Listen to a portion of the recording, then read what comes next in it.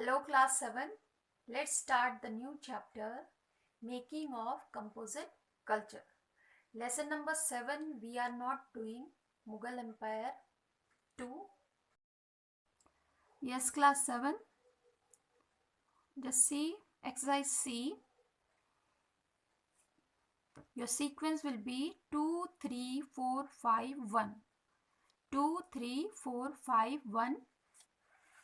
Then fill in the blanks. Tuzge Babri was the autobiography of Babar.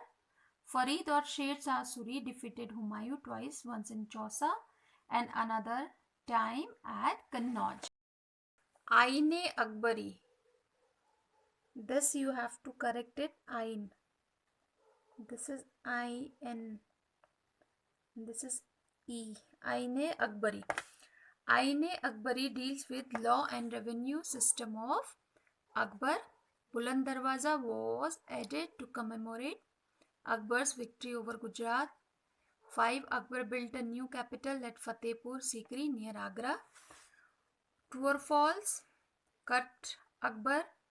Right over there Babar. This is false. Number 2. Jahangir built the GT road. Incorrect. Cut Jahangir and right over there Sher Shah Suri. Suri add over there Suri also. Okay. Sher Shah Suri. The buildings at Agra and Fatehpur Sikri are made from white sandstone. It is written. Cut white sandstone and write over there red sandstone. Okay. Then Akbar died in 1905. It is written. Cut over there and write over there 1605. Taj Mahal was built by Shah Jahan.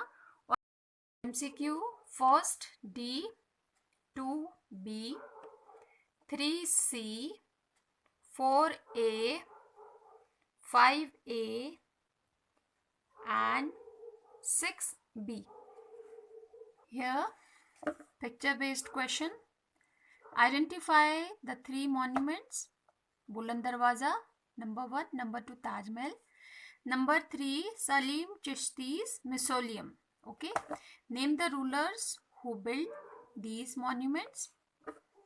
It was built by Akbar, while Taj Mahal was built by Shah Jahan and Salim Chishti's Mausoleum was built by Akbar. Why were the given monuments built? Okay, why were the given monuments built? Buland Darwaza. The Buland Darwaza was added to commemorate Akbar's victory over Gujarat. That question, this was your answer also in short answers type question. You can write the same lines here also.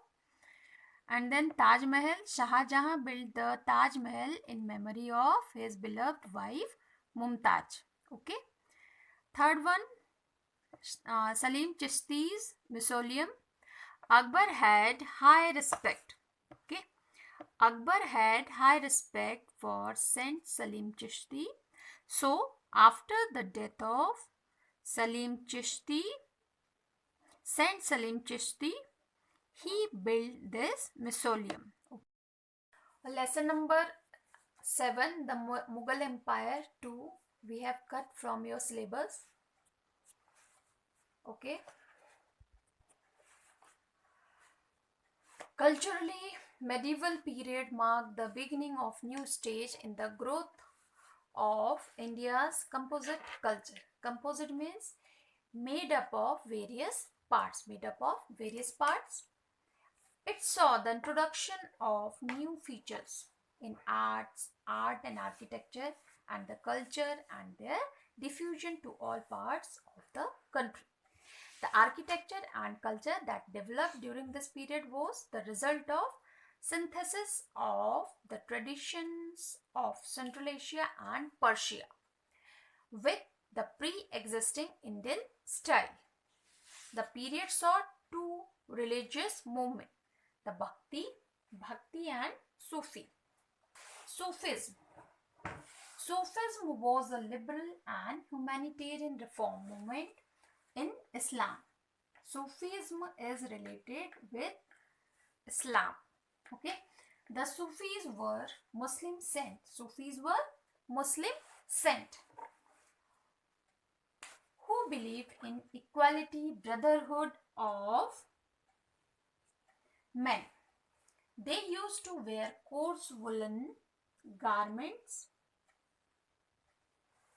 known as suf. Which type of garments they used to wear? It is given in book. Let me see.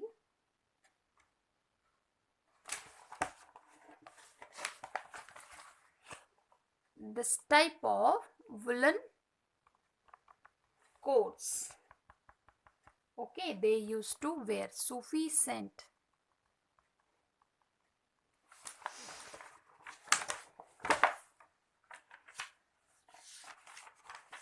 Now, both the Hindus and the Muslim had their own rich culture, heritage, and both were proud of the same. So, both Islam and Hinduism retained their respective identities. Some basic ideas of Islam, like the unity and oneness of God and the brotherhood of men, etc., made a deep appeal to Indian thinkers and reformers of the period. All these gave rise to new ideas in the form of the Sufi movements. Dargah, a place of worship for Muslim devotees. A place of worship for Muslim devotees. Sufis, the Muslim devotees who preached personal devotion of men to God. They are called, this is called Sufis. Now, doctrines of Sufism. Now, doctrines or teachings or principles of Sufism. God is one and all powerful. All men are his children. To love mankind is to love God, so everyone should love humanity. True love of God is more valuable than rituals and fasts. Paths to God realization are many, so one should be tolerant towards other religion and sects. A respect for all human beings is essential, important.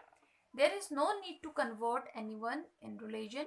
It is enough if a person becomes true to his own faith and religion. Individual souls are manifestations of the Supreme Soul and they finally merge into it. Supreme Soul. We have to merge into Supreme Soul one day. Inner purity and self-discipline are essential conditions for God realization. Now, Bhakti cult. Bhakti cult, its origin. Cult means a system of religious belief or worship. A system of religious belief or worship. The Bhakti cult was a reform movement in Hinduism. Bhakti cult, Bhakti means Hinduism, while Sufism means Muslim, in which emphasis was led on total devotion to God. The Bhakti cult originated in 9th century in South India. This Bhakti cult originated in 9th century. Shankaracharya, Ramanujacharya and Madhavacharya,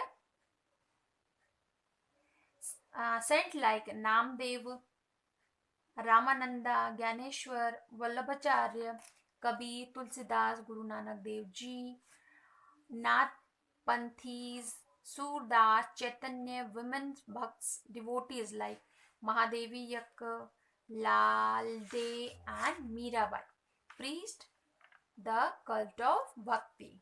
All these were the Bhakti saints. Main principles of the Bhakti cult: God is one and must be worshipped with love and devotion. Everyone can attain salvation through bhakti or devotion to God.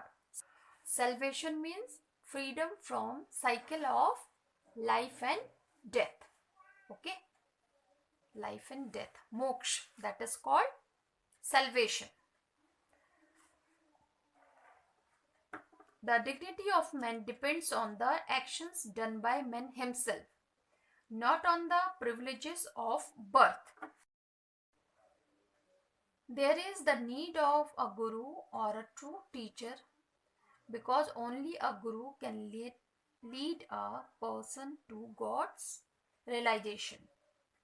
All religions lead to one and the same goal, that is God realization. So one should respect all religions. Now, Kabir,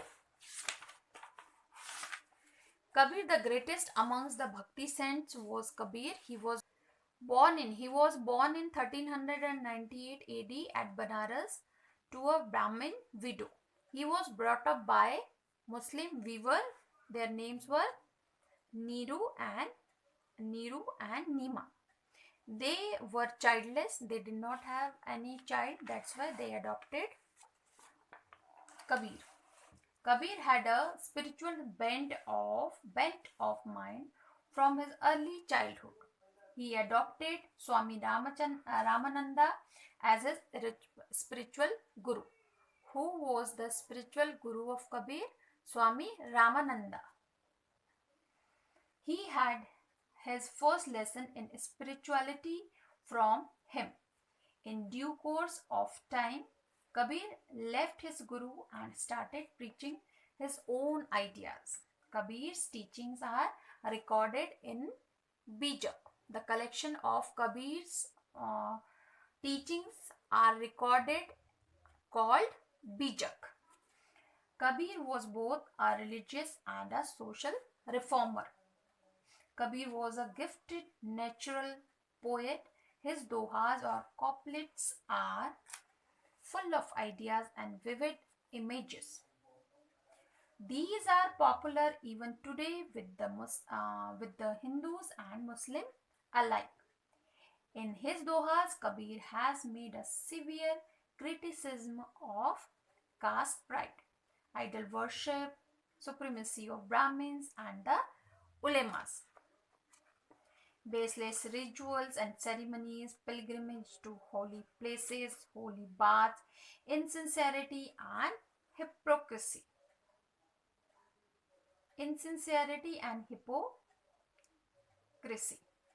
He never made any distinction between Hindu and Muslims. According to him, they are made of the same clay. Pilgrimage to holy places like Mecca, etc., and holy baths at the Ganga, etc., alone cannot lead to the union of soul with God. Main teachings of Kabir: all men are equal in the eyes of God. He condemned caste system. Who condemned? Kabir condemned caste system. He was opposed to the supremacy of the Brahmins and the Mullaha. He denounced idol worship, meaningless rituals and pilgrimages to holy places. All religions are equal. Ram or Rahim, temple or mosque are the same. Devotion to God is an effective means of salvation. One must have a pure heart free from dishonesty and hypocrisy. Hypocrisy, false pretension. Kabir, the followers of Kabir was called Kabir Panthis. Followers of Kabir are called Kabir Panthis. Okay,